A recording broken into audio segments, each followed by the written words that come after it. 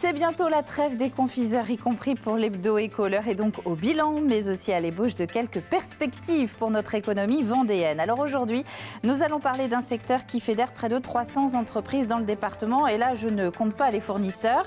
Un secteur dont les Vendéens génèrent à eux seuls 75% du chiffre d'affaires régional. Nous allons parler tourisme en plein air. L'hebdo éco avec Franck Chadeau, le président de la Fédération vendéenne de l'hôtellerie de plein air. C'est dans l'hebdo éco et c'est parti.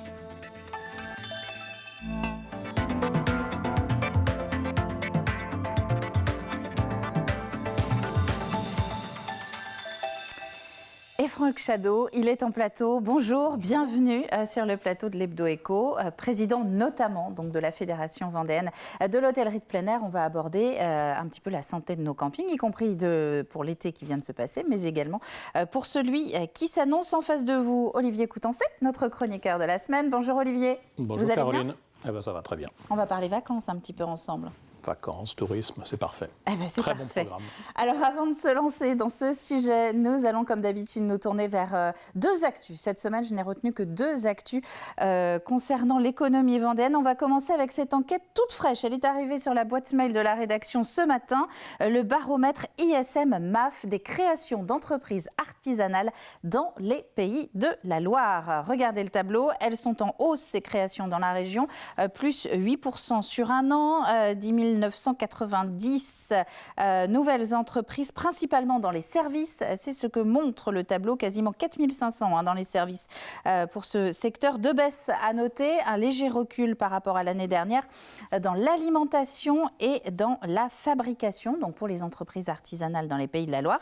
Et si on regarde la carte, cette fois-ci, carte de la région, géographiquement, c'est en Vendée et en Sarthe que la hausse des créations d'entreprises artisanales est la plus forte. C'est donc là où on peut dire légitimement qu'il y a le plus de dynamisme. Et c'est en Loire-Atlantique, en revanche, qu'il y en a le plus. La Mayenne est le seul département en repli de notre région. La deuxième actu, elle va nous permettre de faire le lien avec notre invité du jour. Nous venons de fêter à la CCI Vendée les 5 ans du label Vendée. L'essentiel vient du cœur. L'occasion de remettre les trophées Vendée Essentiel qui mettent en avant 5 labellisés qui illustrent justement particulièrement bien les valeurs du label territorial. Alors on peut citer ici Vendée, ça c'est aux Herbiers, Temporis à La Roche-sur-Yon ou encore la tondeuse qui broute à Chambéry. Et si je dis que la transition est toute trouvée, c'est parce que vous êtes président de Planète Tourisme, Franck Chadeau. Absolument. Et que Planète Tourisme est à l'origine de la création de Vendée. L'essentiel vient du cœur. S'il faut rappeler un petit peu justement les piliers de ce label, quels sont-ils ? Vous les avez nommés. Je ne connais pas par cœur les 5 piliers. En tous les cas, on met en lumière les valeurs de l'entreprise, de la qualité de ses produits, un petit peu une pincée de RSE, de circuit court. Je pense qu'on a assez résumé et je me réjouis de voir que ce label fonctionne plutôt bien puisqu'on avait dépassé les 250 adhérents labellisés dès la première année. C'est une réjouissance. On a pu passer la période Covid qui a été un petit peu compliquée. C'est la raison pour laquelle en 2023, on a décidé de passer la vitesse supérieure en créant une version 2 de ce label pour mettre encore plus en lumière les entreprises qui sont vraiment, je dirais, les pépites de notre territoire, les mettre en avant, la crème des entreprises qui ont ces vraies valeurs. Et Dieu sait s'il y en a beaucoup sur notre territoire. Et qui reflètent un petit peu l'état d'esprit vendéen. Alors, on va remettre votre casquette maintenant de président de la Fédération vendéenne de l'hôtellerie de plein air. Vous êtes également président-directeur général de l'entreprise familiale, un chat d'hôtel dont le siège est à Jars-sur-Mer. Et nous allons parler ensemble du tourisme en Vendée. Alors, je vous ai entendu parler d'ascenseur émotionnel pour caractériser la saison 2003 en matière de tourisme en Vendée.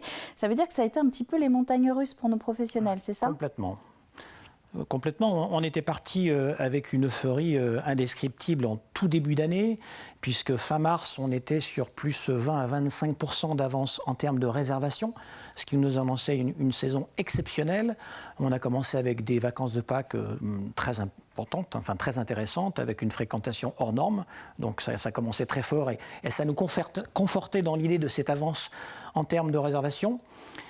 Début mai était intéressant, bien sûr, avec le week-end de l'Ascension. Et après, patatras. Ça a été un arrêt subit et vraiment très important en termes de demande, de réservation. jusque début juillet, vraiment, la profession s'est inquiétée. Donc, je parle d'ascension émotionnelle parce qu'après une euphorie avec une avance en termes de réservation, tout s'est effondré au mois de mai, juin, jusqu'au début juillet. Et le mois de juillet s'annonçait avec beaucoup de trous, donc bien en deçà de la fréquentation habituelle. Et là, l'euphorie a laissé place à l'inquiétude pour les professionnels. Et qu'est-ce qui a fait défaut alors pour ceux qui ont la mémoire? On s'est posé beaucoup de questions courte, parce que, bien sûr, la météo y est pour quelque chose, parce qu'on a eu un été assez pluvieux, assez frais. Ça n'aide pas évidemment le départ en vacances pour les touristes en plein air. Mais on y voit aussi le côté inflationniste. C'est sûr que l'inflation a pesé sur les budgets des Français qui ont certainement reporté leurs vacances pour beaucoup. La météo ayant aidé avec le mauvais temps, beaucoup de gens se sont dit on va voir plus tard. Et il a fallu attendre vraiment début août où là on sait que l'économie française s'arrête et tout le monde part en vacances pour enfin voir une arrivée massive des touristes. Et on a pu être rassuré avec un super mois d'août. Et après, ça a été la belle surprise avec une arrière-saison qui a été exceptionnelle avec un mois de septembre très fréquenté et un début octobre très intéressant. Alors que la Vendée bénéficie aussi d'une image quand même accessible. Le tourisme en Vendée, c'est du tourisme familial, c'est du tourisme pour tous les budgets. Complètement. Et quand on parle de notre filière hôtellerie de plein air, je ne connais pas une autre filière, un autre hébergeur qui est capable de proposer les tarifs que nous proposons aujourd'hui. Et donc ce sont les ailes de saison qui, encore une fois, ont sauvé un petit peu l'ensemble de la profession. Alors, à contrario justement du mois de juillet, les conditions météo ont été très favorables avec des tarifs aussi en adéquation à l'attente de ces touristes. Donc on a pu voir une fréquentation qui était hors norme. L'ensemble de la profession a été surpris d'ailleurs par cette vague de réservation de dernière minute qui est tombée pour ce mois de septembre. Et ces montagnes russes donc étaient particulièrement liées à cette année 2023 ou alors on est face à aussi une clientèle des vacanciers qui sont de plus en plus versatiles ou de plus en plus exigeants, de plus en plus imprévisibles. On peut le dire, c'est sûr qu'aucune saison ne ressemble à une autre. Cette saison a conforté cette idée qui devient récurrente. C'est sûr qu'on a du mal à préparer une saison à l'avance. Moi, je le parle en connaissance de cause puisque je baigne dans le camping depuis quelques dizaines d'années. Et c'est vrai qu'il y a 30 ans, quand on préparait notre saison d'été, la saison était prête à 93% au mois de mars. Donc on savait à peu près où on allait, à 7% près. Mais les vacanciers aussi préparaient leurs vacances. C'était plus simple, il y avait les juilletistes, les Haussiens, peu d'avant-saison, peu d'après-saison. Enfin, peu importe, on savait où on allait dès le mois de mars. Aujourd'hui, c'est très difficile, puisqu'il y a beaucoup de réservations de dernière minute. Donc on attend beaucoup de ces réservations de dernière minute en espérant qu'elles tombent, parce qu'il y a quand même beaucoup de trous dans le planning avant de commencer la saison. Donc c'est toujours difficile d'appréhender et de pouvoir anticiper la saison qui va venir. Est-ce qu'il va demander à la profession de nouveaux outils ou de nouvelles méthodes de travail pour être encore plus flexible ? C'est ça, c'est de la flexibilité, vous venez de le dire, il faut faire preuve de ça. Quand on a beaucoup de réservations de dernière minute qui tombent pour le samedi, la semaine qui précède, pour le samedi suivant, il faut être prêt. Donc, c'est prêt en termes de personnel, en termes de services, de stock. C'est à nous de nous adapter et c'est bien là la difficulté de notre métier. Alors ça, c'est un enseignement très général, valable pour l'ensemble de la profession en France. Quels enseignements vous pouvez tirer pour la prochaine saison, celle 2024, en ce qui concerne vraiment le tourisme vendéen? Quels sont les grands projets, les grands travaux qui vous attendent dans les prochains mois? Alors, on parle beaucoup d'impact carbone aujourd'hui. C'est vrai qu'on a la chance d'être une filière très vertueuse à ce stade-là. Mis à part le déplacement de nos clients qui viennent en voiture, on peut se dire qu'on a un environnement très naturel de notre côté et qu'on préserve parce que les clients viennent chez nous pour cela. Donc, pour poser la voiture. Exactement, et pour profiter de l'environnement naturel. Donc, on peut se dire que notre impact est très, très limité. Cependant, on a quand même besoin d'énergie et d'eau. Et c'est cette inquiétude qui pousse chez tous les professionnels que nous sommes depuis quelques années. Et il nous faut trouver des moyens de consommer moins demain, parce qu'on sait que l'eau est une ressource naturelle qui viendra manquer tôt ou tard, même si pour l'été 2024, cela ne semble pas être le cas. Mais les années qui viennent, on sait qu'on aura moins d'eau et elle viendra manquer. Donc on prendra des dispositions, en tous les cas des engagements, pour consommer moins demain. Et les campagnes ont déjà commencé auprès des professionnels de l'hôtellerie de plein air, des campagnes de gestion de l'eau, des campagnes de communication au sein même des campings. Alors plus que des campagnes, hein. On a fait un audit avec le partenariat du département entre autres de Vendée Expansion et de Vendéo pour nous permettre de trouver des solutions techniques et pratiques pour économiser l'eau sur nos terrains de camping.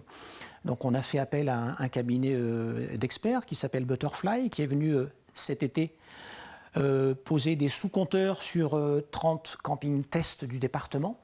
Et l'objectif, c'est de se focaliser, de mettre la lumière sur les points de consommation les plus importants pour pouvoir apporter des solutions techniques dès 2024. Les premiers résultats sont déjà tombés ? Alors, on attend les premiers ateliers qui commenceront le 15 janvier de cette année. Ah, donc on s'y prend dès le début de l'année pour l'été qui arrive. Absolument.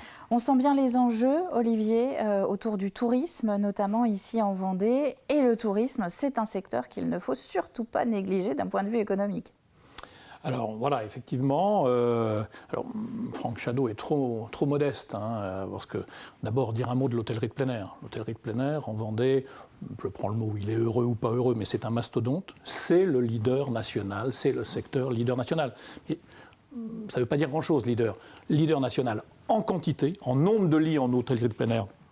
En France, on est leader, mais aussi en qualité. C'est-à-dire qu'on a une concentration sur le 3, 4, 5 étoiles. On a une concentration de nos acteurs en hôtellerie de plein air. C'est-à-dire qu'on a des acteurs du tourisme qui investissent, qui s'adaptent à l'évolution des exigences des clients.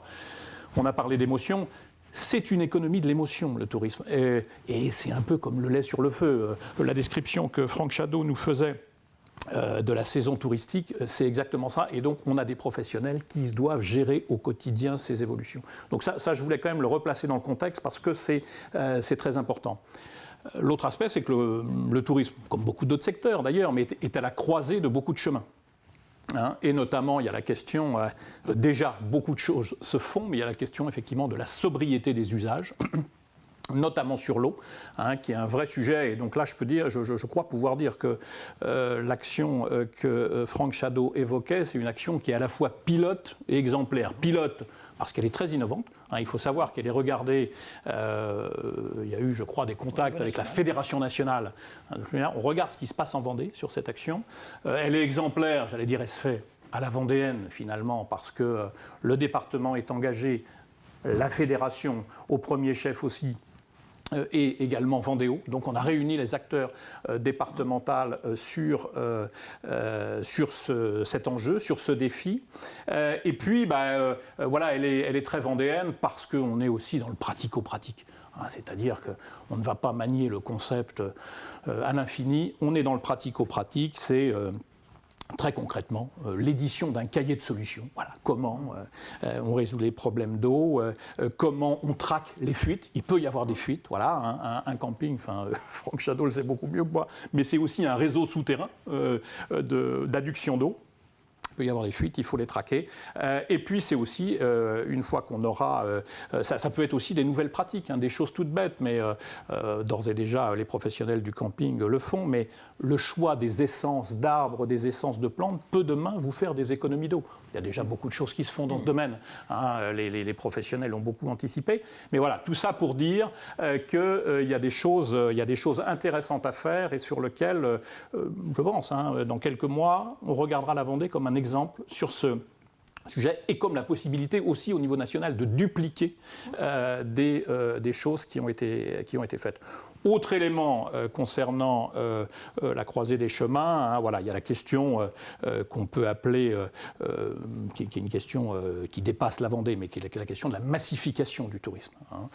Mais en Vendée, j'allais dire, terre d'équilibre, terre de nuances, c'est déjà quelque chose qu'on sait faire. Et le département et les professionnels, à travers les fédérations professionnelles, sont très attentifs à cette chose. C'est la question de la bonne répartition des flux, à la fois dans le temps et dans l'espace. On parlait des ailes de saison. Donc voilà, ça c'est très intéressant. Voilà, on élargit la saison. C'est une façon de répartir des flux et d'éviter de massifier dans le temps. On peut parler du Vendée Globe. On peut parler des Floralies. en mai. Qui vont attirer du côté de la chaloterie. C'est une façon aussi Exactement. d'élargir la saison. Hein, quand on a un événement majeur en novembre, qui est le Vendée Globe, ben voilà, c'est une façon d'élargir. Et puis la Vendée, c'est le littoral, c'est essentiel, mais ce n'est pas le tout littoral. On a le Puy du Fou, bien sûr, quand on parle du tourisme, on ne peut pas ne pas en parler dans une émission, mais c'est aussi les paysages merveilleux du Marais Poitevin et du Sud Vendée. Donc voilà, je pense que voilà, la réussite vendéenne tient à tous ces éléments-là.